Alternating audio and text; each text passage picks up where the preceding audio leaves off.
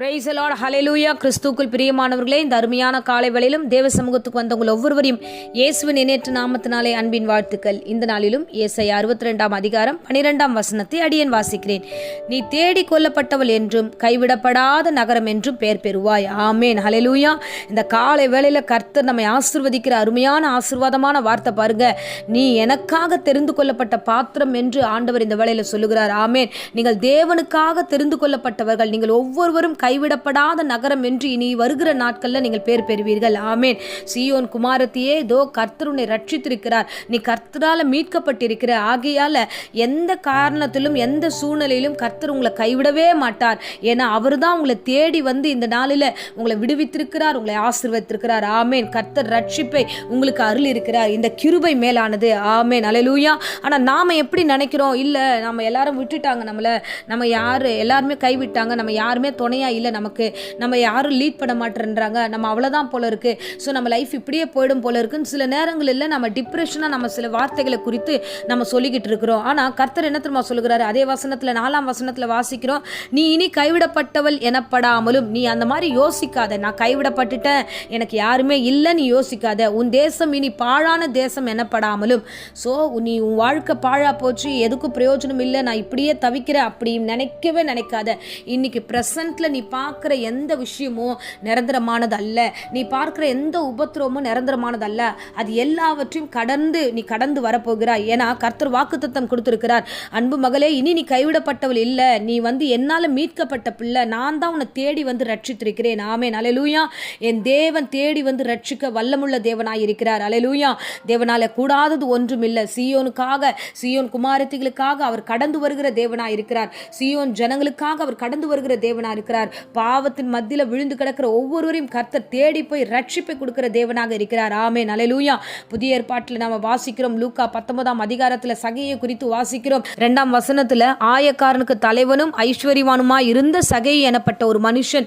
So அப்பேற்பட்ட ஒரு மனுஷன், வரி வசூலிக்கிறவனாக இருந்த அந்த மனுஷன் இயேசு வரப்போகிற வழியில போய் இயேசுவை காண வேண்டும் என்று அமர்ந்திருக்கிறான். அவன் உட்கார்ந்திருந்த அந்த மரத்துக்கு மேல, அவன் ஒரு காட்டாத்தி மரத்து மேல ஏறி அவன் உட்கார்ந்துருக்கிறான். இயேசுவானவர் அந்த வழியா கடந்து போயிருக்கலாம். எல்லா ஜனங்களும் அவரை நெருக்கி இருக்கிறாங்க, அவரை சுற்றி இருக்கிறாங்க, அப்படியே போயிருக்கலாம். இயேசு ஆவலோடு ஒரு பிள்ளை காத்திருக்கிறானே என்று அறிந்து அந்த மரத்தின் கீழாக வந்து நின்று, சகேவே சீக்கிரமா இறங்கி வா, இன்றைக்கு நான் உன் வீட்டிற்கு வர வேண்டும், உன் வீட்டிற்கு தங்க வேண்டும் என்று இயேசுவானவர் இறங்கி அவனை தேடி போய் சென்றார். ஆமென், அல்லேலூயா. என் தகப்பன் நல்லவர் அல்லவா? பாருங்க, ஒரு மனுஷனை தேடி போய் அந்த குடும்பத்தை ரட்சிக்கிறார். பாவியா இருந்த மனுஷன், பாவத்தில் இருந்த மனுஷன், அநியாயம் வட்டிக்காரனாக இருந்த மனுஷன், அவனை தேடி கர்த்தர் போய் அவனை ரட்சித்து அந்த குடும்பத்தை முழுவதுமாய் நடத்த வல்லவராய் இருக்கிறார். அந்த வசனம் சொல்லுகிறது, இன்றைக்கு இந்த வீட்டிற்கு ரட்சிப்பு வந்தது என்று சொல்லி அவனை ஆசீர்வதிக்கிறார். ஆமென், அல்லேலூயா. ஏன் தெரியுமா? இழந்து போனதை தேடவும் ரட்சிக்கவுமே மனுஷகுமாரன் வந்தார் என்ற வாக்குத்தத்தம் நிறைவேற்றப்படுகிறது. அருமையானவர்களே, இன்றைய காலை வேளையில கர்த்தர் சொல்லுகிறார், நீ எந்த மனநிலைமையில இருந்தாலும், எந்த பாவத்தில் இருந்தாலும், எந்த சூழ்நிலை இருந்தாலும் அப்படியே விட்டுட்டு கர்த்தரை நோக்கி பாருங்க. என் தேவன் உங்களை ஆசீர்வதித்த விதத்தை பாருங்க, என் தேவன் உங்களை ரட்சிக்கிற விதத்தை பாருங்க. அவர் தேடி வந்த தெய்வம், அவர் உங்களை வந்து ஆசீர்வதித்து உங்கள் வீட்டுக்கு ரட்சிப்பு தரவும் வல்லவராய் இருக்கிறார். ஆமென், அல்லேலூயா. ஆகையால நீங்க கைவிடப்பட்டவங்க நீங்க நினைக்காதீங்க, நீங்க ஒன்றும் இல்லாதவங்கன்னு நினைக்காதீங்க. தேவன் தாமே உங்களை தேடி தமக்காக தெரிந்து கொண்டார். மீட்கப்பட்ட பிள்ளைகளாய் நீங்கள் இருக்கிறீர்கள். ஆமென், அல்லேலூயா. சோ கைவிடப்படாத நகரம் என்று வருகிற நாட்களில் சாட்சி பெறும் விதமாக கர்த்தர் உங்களை உயர்த்த போகிறார். உன் மேல கர்த்தர் பிரியமாய் இருக்கிறார். கர்த்தருடைய வார்த்தை சொல்லுகிறது, ஏசாயா 62 நம்ம 4 வசனத்துல வாசிக்கிறோம், கர்த்தர் உன்மேல் பிரியமா இருக்கிறார், உன் தேசம் வாழ்க்கைப்படும். இன்னைக்கு இந்த பிரசங்கத்தை கேட்கிற ஒவ்வொரு விசுவாசிகளுக்கும் நான் அந்த வேளையில கர்த்தர் சொல்லுகிறார், 99 ஆடுகள் தொலைந்து போகல, 99 ஆடுகளை கர்த்தர் தேடியும் போல, தேவன் தேடி போனது ஒரே ஒரு ஆடுதான். தொலைந்து போன அந்த ஆடை தேடி கண்டுபிடித்து தனக்காக கர்த்தர் தெரிந்து கொண்டது உண்மை. அந்த தேவன் தான் இங்கே இருக்கிறார். இந்த வேளையில நீ என்ன நிலைமையில இருந்தாலும் சரி, தேவனை நோக்கி பார், அவர் உங்களை ரட்சித்த விதத்தை நீ காண்பாய். கர்த்தர் சொல்லுகிறார், இன்றைக்கு நான் உன்னை மீட்டெடுத்திருக்கிறேன், இன்றைக்கு நான் உன்னை எனக்காக தெரிந்து கொண்டேன், இன்னைக்கு நீ ஒரு பெரிய நகரமாய் மாற்றப்படுவாய், இன்னைக்கு உன் தேசம் வாழ்க்கைப்படும் என்று உங்களை ஆசீர்வதிக்கிறார். ஆமென், அல்லேலூயா. இந்த அருமையான தருணத்தில் தேவன் நம்மோடு கூட பேசின வார்த்தைக்காக நன்றி சொல்லி நாம் ஜெபிப்போம். அன்பு ரட்சகா, ஆண்டவரே, இந்த பிரசங்கத்தை கேட்ட ஒவ்வொரு பிள்ளைகளையும் நீர் ஆசீர்வதிங்க ராஜா. ஏசப்பா, உமக்கு ஸ்தோத்திரம். கைவிடப்பட்ட ஒவ்வொரு ஜனங்களுக்கும் ஆண்டவரே நீ மீட்பராய் இருக்கிறீர் ஆண்டவரே. ஆமென். கர்த்தாவே, உமக்கு நன்றி ஆண்டவரே. தேடி ஆண்டவரே சகைவு போய் அந்த குடும்பமாய் ரட்சித்தீரே.